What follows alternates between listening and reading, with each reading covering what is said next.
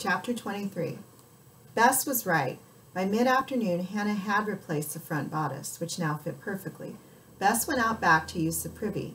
When she returned, she said, "My, those roses are lovely. I didn't know you could grow them like that." "Goodness!" Hannah jumped to her feet. "I forgot about them. Mrs. Blake at the hotel said I could have some lard cans. I better go and fetch them now." Besides the fact that the prairie rose bushes had to be transplanted for the opening, it was a Saturday, bath night. The wash tub would need to be emptied and cleaned. "Shall I come? Will you need help?" No, I'd much rather you stay here and keep hemming. I won't be long at all." Hannah hurried up the street to its north end and crossed to the other side. The hotel's owner, Mrs. Blake, directed her to the kitchen where she collected the cans from Ellie, the hired girl. Ellie was a few years older than Hannah. Her family lived on a homestead several miles out of town. She boarded at the hotel and worked long hours cooking and cleaning for the hotel guests. "I'd like to come to the opening, but I wouldn't be able to buy anything," Ellie said wistfully. "Of course you must come," Hannah said. "You can look all you want and we'll be serving refreshments. And there will be a raffle." As Hannah left the hotel, the screen door of the next building banged open, and two men lurched out of the saloon. Both were obviously drunk. Hannah recognized one of them. To her dismay, it was Dolly's father, Mr. Swenson. She felt a stroke of sympathy for Dolly. At his side was a man Hannah did not know. He had a broad, florid face and was dressed like a homesteader in boots, trousers, a dirty plaid shirt. He held a bottle of liquor in one hand. The stranger caught sight of Hannah. "Well, look-a here," he said. "It's a little Injun girl."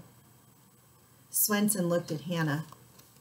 "It's not," he said, his voice slow and heavy with drink. "Not an Injun. That there is a Chinaman. Hello, Chinaman girl." "A Chinaman girl here? My. The other man stared at Hannah with red-rimmed eyes. "You know what they say about Chinese girls, Swenson." His leer was repulsive. "I surely do, Connors," Swenson replied. He laughed heartily, stumbled, and had to grab hold of his friend to keep his balance. Then he snatched the bottle and swigged. "Quick, while they're distracted." Hannah tried to edge past the two men. Swenson abruptly lowered the bottle from his mouth and stepped in front of her, blocking her way. "Where are you going in such a hurry, Chinaman girl? I said hello. You got enough manners to say hello back?" His voice now held a note of threat. Hannah wanted to breathe deeply, but her lungs were rigid. She could almost taste the evil in the air. Her thoughts fragmented in panic. People, not far away, just there across the street. Why did no one notice what was happening? Both men advanced toward her. The wall of the saloon was at her back. Surely they wouldn't do her harm here on the street in full daylight. But if they dragged her into the alley behind the buildings? She saw their faces animated by her fear, as if they were feeding on it. "Ah, look, you done scared her," Connors said. "Nah, she's not scared of me. We met before," Swenson replied. "It's you she's scared of. Come here, girlie. Nobody's gonna hurt you, so long as you don't put up a fight." He guffawed, then placed a hand on her shoulder near her neck. She jerked as if his touch burned her. He pulled her toward him, tightening his grip until she could feel his nails crawling into her skin. Everything went blurry. She stiffened her whole body, determined not to faint. When her vision cleared a second later, she found herself staring at Swenson's collar, which was so worn that its edges had frayed, and the top button was missing. Mom always said that a shirt missing a button is as bad as a clock without one of its hands. "I can fix that," she said loudly. Both men blinked in astonishment, although neither could possibly have been more surprised than Hannah herself. You're missing a button?" she went on hurriedly. If you give me your shirt, I'll take it to our shop and sew on a button. It won't take me but a minute." As Swenson looked down at his shirt front, she felt his hand loosen. His expression was so befuddled that she might have laughed if she hadn't been desperate to get away. She spun on her heel and took off toward the hotel. "Hey!" Connor shouted. She heard the thump of boots on the board sidewalk behind her. Up ahead, she could see the door of the hotel. She was almost there, just a little farther. The door opened and Mrs. Blake stepped outside. Hannah had to veer sharply to avoid running into her. Connors and Swenson, too drunk to react quickly, bumped into each other and somehow ended up sprawled on the sidewalk. "Mr. Swenson," Mrs. Blake thundered, "I'll not warn you again. You stay away from the hotel. You and your no good, drink-sodden, feckless friends. This establishment is for nice people. I'll call the law on you, I will." A few folks came out of the hotel to witness the commotion. Another few on the street stopped to stare. Mrs. Blake turned to Hannah. She was solidly built, with brown hair piled high on her head and severe eyebrows that looked very dark against her pale skin, especially when she was scowling. "Was it you who caused the ruckus?" she demanded. So unfair. Hannah felt her eyes instantly grow warm with tears. She blinked rapidly, then opened her mouth to protest, but she was too shaken to defend herself. "No, ma'am," she said. I'll just be leaving now." She was startled to realize that she was still clutching the stack of lard cans.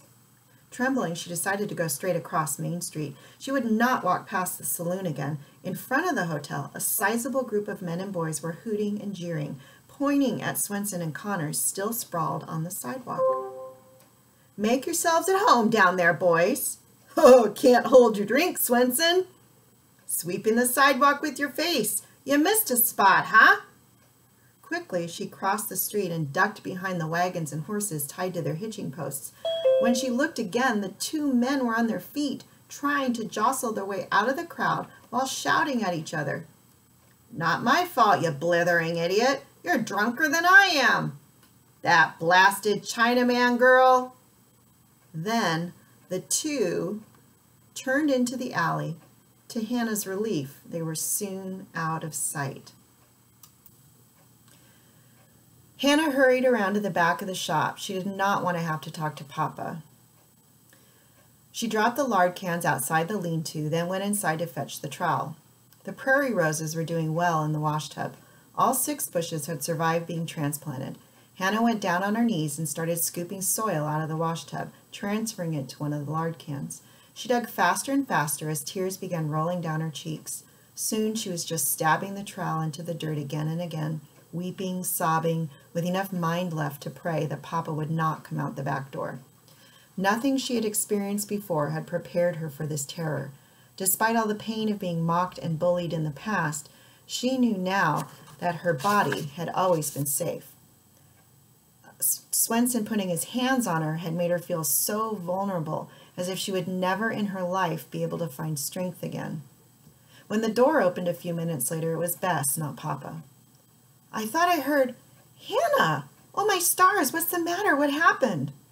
Bess knelt gently beside her. She put her hand on Hannah's arm, then gently took the trowel away. Hannah covered her face with her hands to smother her sobs. She sensed Bess leaving her side and returning a few moments later. By that time, Hannah had managed to stop crying. "Here," Bess said, her voice quiet and steady. She gave Hannah a damp cloth. Hannah wiped her face, then pressed the cloth to her eyes for a long moment, its coolness soothing. She took a drink of water from the tin cup Bess handed her, and finally felt her heartbeat slowing. "Do you want me to fetch your father?" Bess asked. Hannah looked up wild-eyed. "No!" "Shh, all right, don't worry yourself. But we need to get you upstairs to change your dress." Bess nodded toward Hannah's right shoulder. Hannah looked down to see that her dress was torn along the seam. She stood slowly. Bess followed her through the kitchen and up the stairs to her room. As Bess undid the buttons at the back of her dress, Hannah began weeping again. The last person to help her undress had been Mama during her illness, when Hannah was about 7 years old. "You're hurt," Bess said.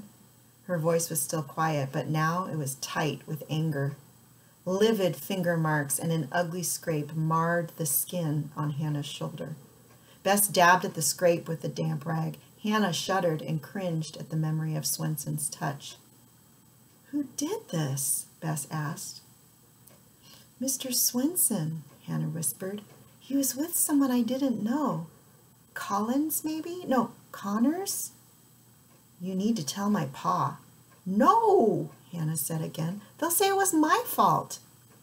"How could it have been your fault? You're the one who's hurt, and a girl, against 2 grown men." Hannah interrupted her. "A half-Chinese girl," she said, "against 2 white men? Everyone will side with them, not me." She thought of the court trials that had followed the terrible Los Angeles riots. The evidence against the white men who had lynched as many as 20 Chinese people was overwhelming. Yet every one of the murderers had been released on appeal, not because they were innocent, but because the all-white juries and judges would not punish white men for killing Chinese. "My pa will believe you," Bess said stoutly. Hannah was so weary that she didn't think her bones would hold up much longer. "You and your pa," she said, her head drooping. "You might be the only ones."